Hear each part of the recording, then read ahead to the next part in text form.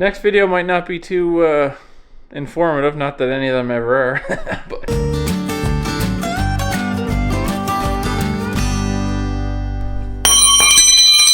I feel kind of silly changing a tire on this bike that I'm probably going to ride a couple hundred feet, but it makes it difficult when the tire's flat.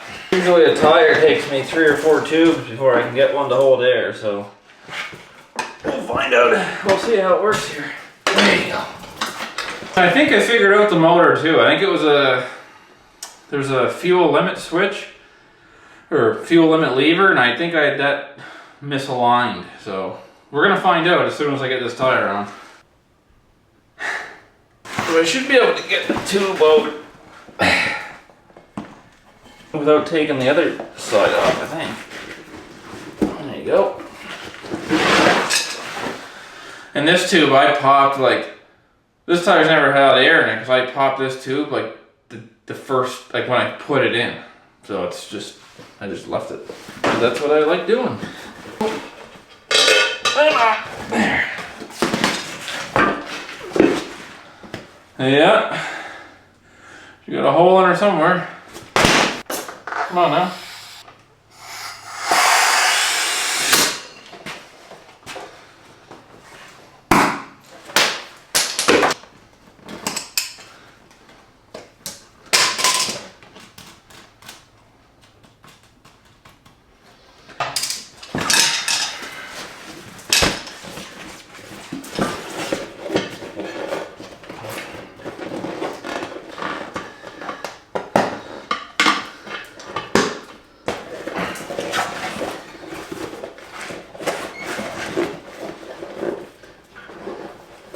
Some lube on her here.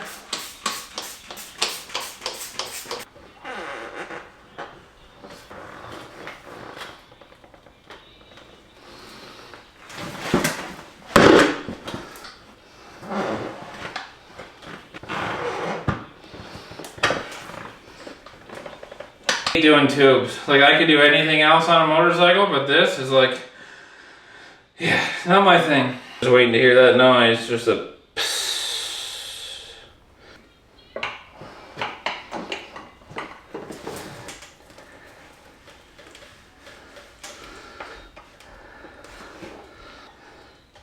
almost go. There. Might have worked.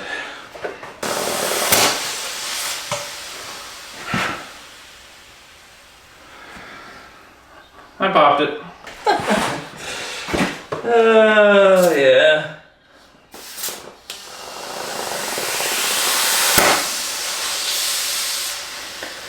Yep. Well, it's good practice run anyway. So that didn't work at all. I went through both tubes like I thought I would, and they both popped. I wasted an hour, and I still have a flat tire, and I have 2 tubes with holes in them.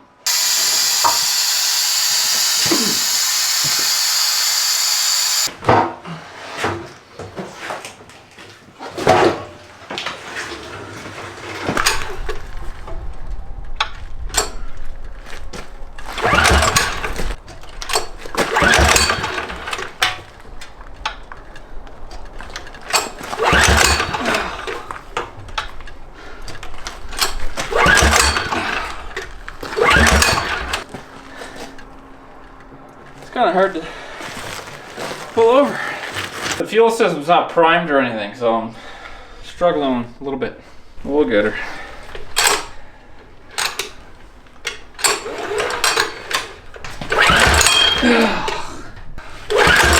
Turn the fuel stop or the throttle wide open just so I don't have to hold that. I can just do it manually down here, and hopefully that works.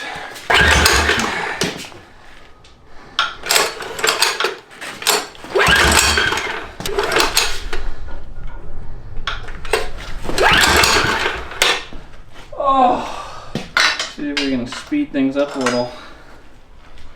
Because I'm sure there's a bit of air in her. Make sure it's not a diesel.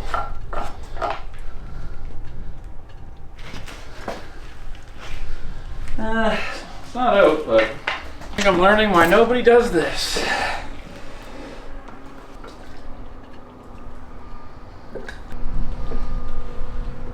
Alright.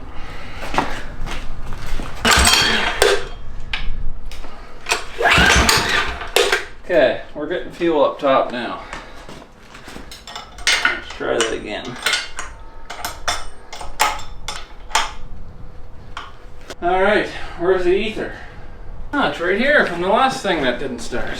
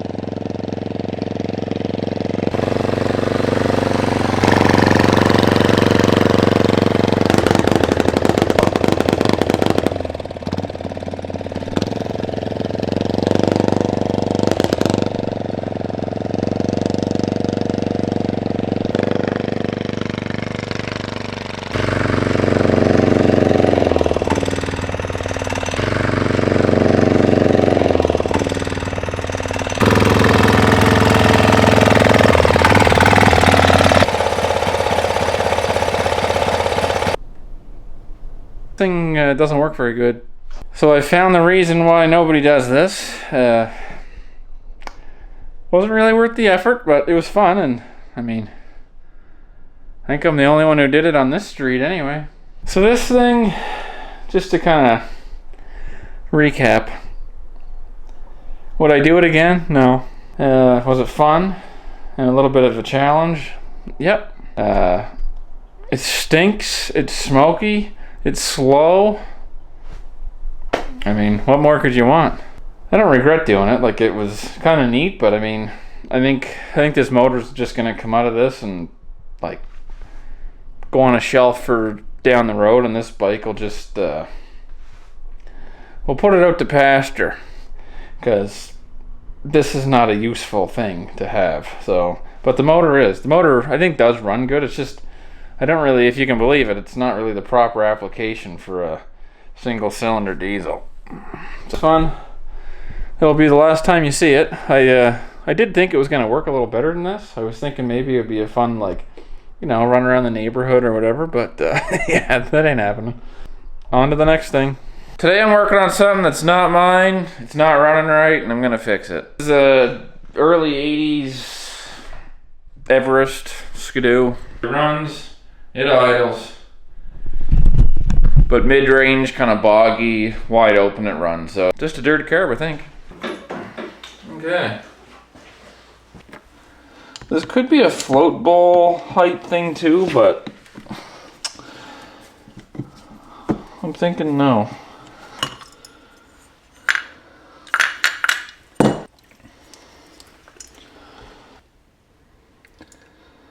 Not the dirtiest one I've seen, but it's not the cleanest either.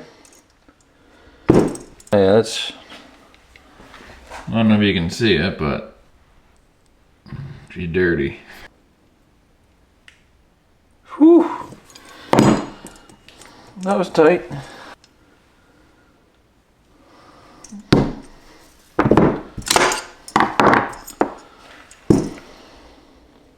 This one looks good.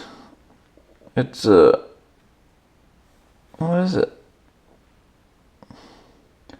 35. 35. And the main jet is a 280. Definitely got a bunch of crap out of this. So I'm thinking everything with this carburetor is good. Which isn't ideal, because we still don't know why it's running weird.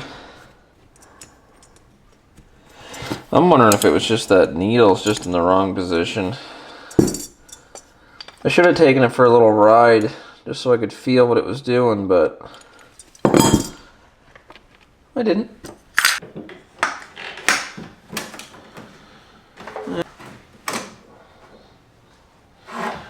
Fuel. This is primer. We'll get a nice new end on that.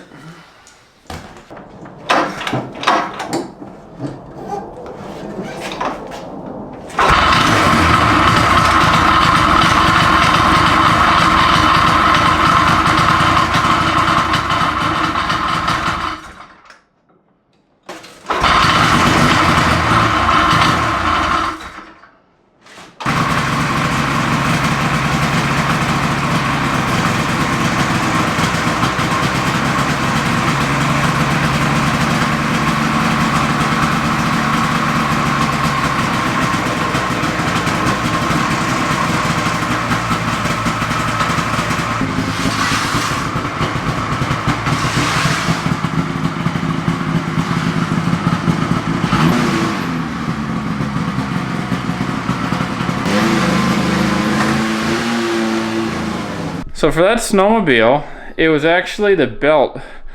So he's got two belts that are pretty worn. One was probably 1/8 of an inch thinner, so it was sitting too far down in the secondary, so it just didn't, you know, the clutches are like sprockets, so if you got a big sprocket in the back, you get all kinds of torque, but as soon as that belt starts sinking down in it, your sprocket's smaller, so it's, you know what I mean, it's like you're pulling away in third gear or something. So anyway, I put the less worn out belt on it, and now when you leave from a stop, it'll spin the track and take off. Like, it's night and day difference. So I think that's the problem. Maybe he, I don't know, maybe he switched belts and didn't think that would do it, and maybe it, you know, and he thought it was the carb, or maybe the belt just wore down just from use, and it just gradually got, you know, worse. I don't know. Either way, cheap fix, free fix. He already had the belt. If you put a brand new belt on it, it would be like 1,000 times better, but now it's a noticeable improvement that he'll be happy with. That's it for this video.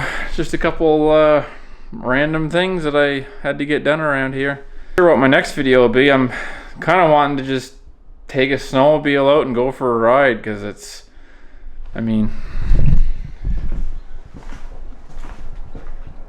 the snow's melting. All right here was about 4 inches of ice the other day, so it doesn't take long once it starts to melt. Probably like to take a snowmobile or two out for another kind of a last ride type of deal. So next video might not be too informative, not that any of them ever are.